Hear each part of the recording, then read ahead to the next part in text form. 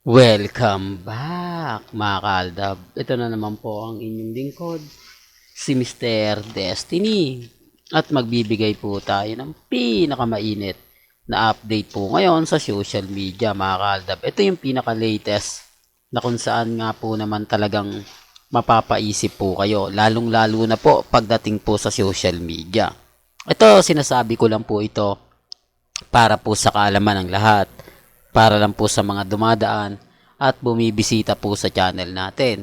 Alam nyo, marami kasing nagtatanong po sa atin, ako Mr. Destiny, totoo ba itong mga bali-balita na meron nga daw pong nilulutong main goal season 4. Ito, sa kaalaman lang po ng lahat sa mga dumadaan, sa mga bumibisita, wala pa pong update kung totoo man to o hindi.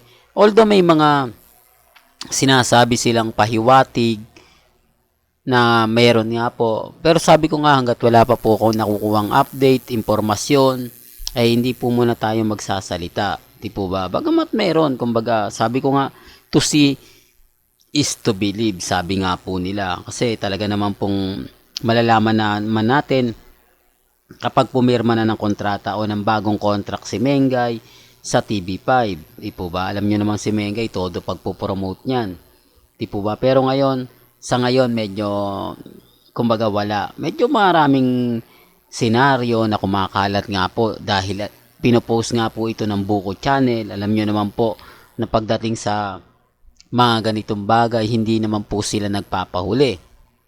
At never naman po masasabi na kumbaga ayaw ni Mengay sa mga nagsasabi ng kumbaga kasi may isang video nga po raw na sinabi nga po raw ni Mengay na cool off muna daw siya sa mga project, hindi muna siya magsasalita, tahimik nga muna daw siya. Ito'y base sa mga impormasyong nakukuha natin. Pero yun kumbaga matagal na, di po ba sabi nga po almost 4 months na po ata yun. O correct me if I'm wrong, kung 5. Nung una kasi mga kaldab, sabi sa mga bali-balita na kapag kinasal ko no si Congressman Spotted at si Mengay, magkukwit nga po raw ito muna sa showbiz. Yun po yung unang balita na kumbaga pinagpiestahan po. Baka may mag-react na naman na fake news tayo, di po ba?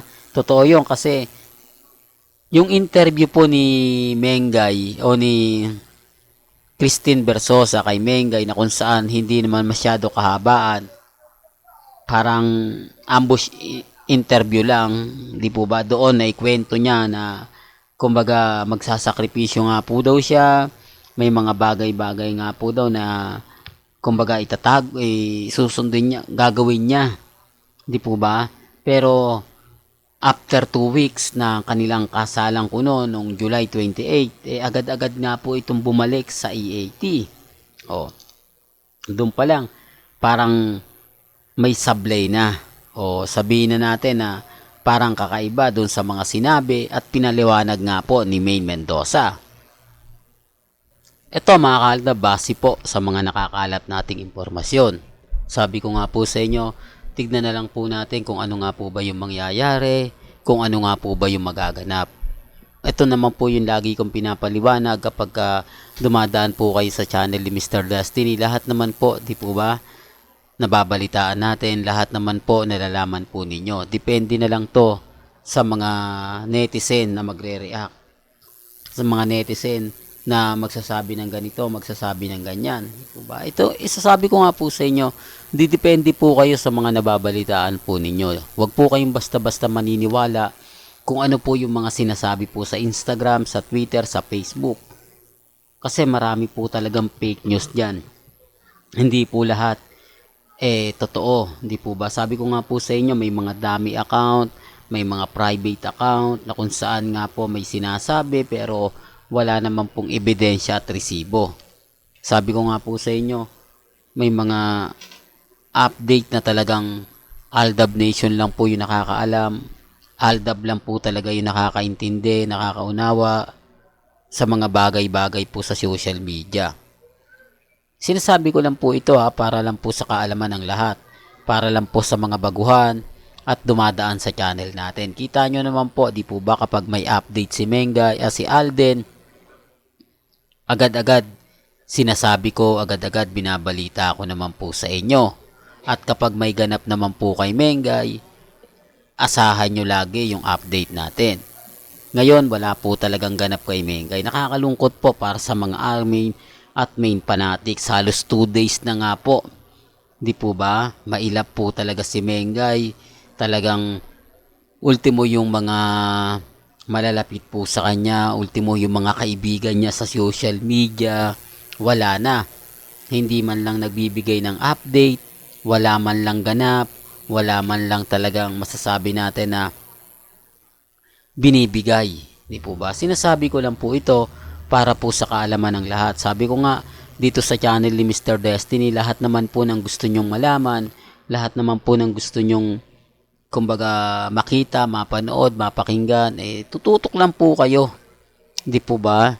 Punta lang po kayo rito. Agad-agad naman po malalaman nyo kung ano yung latest trending, kung ano yung ganap, kung ano yung update. Yun lang naman po yung maganda. At syempre, mas marami pong nakaka-relate lagi sa update natin. Bagamat binabatikos ako dahil nga po sa mga sinasabi natin, at least tayo pa rin po yung nangunguna. Tayo pa rin po yung bida. Tayo pa rin po ang pinag-uusapan. Bagamat sinasabi nilang wala ng Aldab, pero tayo pa rin po nagtitrending. Tayo pa rin po ang bida. Kaya nga po ako, kampante sa mga nababasa natin, napapanood natin, napapakinggan po natin. Kaya wag po kayong basta-basta maniniwala. Lalo na po sa mga netizen na nagsasabing ganito, nagsasabi ng ganyan. Hindi po ba? Antayin nyo na lang po kasi sabi ko nga dito sa channel ni Mr. Destiny, lahat ng mga gusto nyo pong malaman, pabor man o hindi, mga trending, mga viral, kung ano yung ganap, kung ano yung pictorial, malalaman nyo agad kung anong in-update ni Mengay, kung anong post niya sa Instagram, sa Twitter, sa Facebook, diba? Punta lang po kayo kasi minsan po na natatabunan yung mga post ni Mengay, hindi nyo nakikita, hindi nyo napapansin.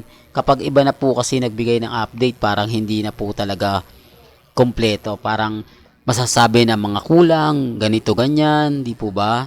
Tinatakpan ng iba, tapos sasabihin, ito yung update. Real talk to mga kaaldab. Well, hanggang dito na lang po yung updates natin ha. Kaya kung gusto nyo pa po ng pinaka-latest at sariwang update, tutok lang po kayo dito sa channel ni Mr. Destiny para updated po kayo sa mga bagong video po na ilalabas po natin maya-maya lang. Hanggang sa muli, salamat po sa panonood at pakikinig.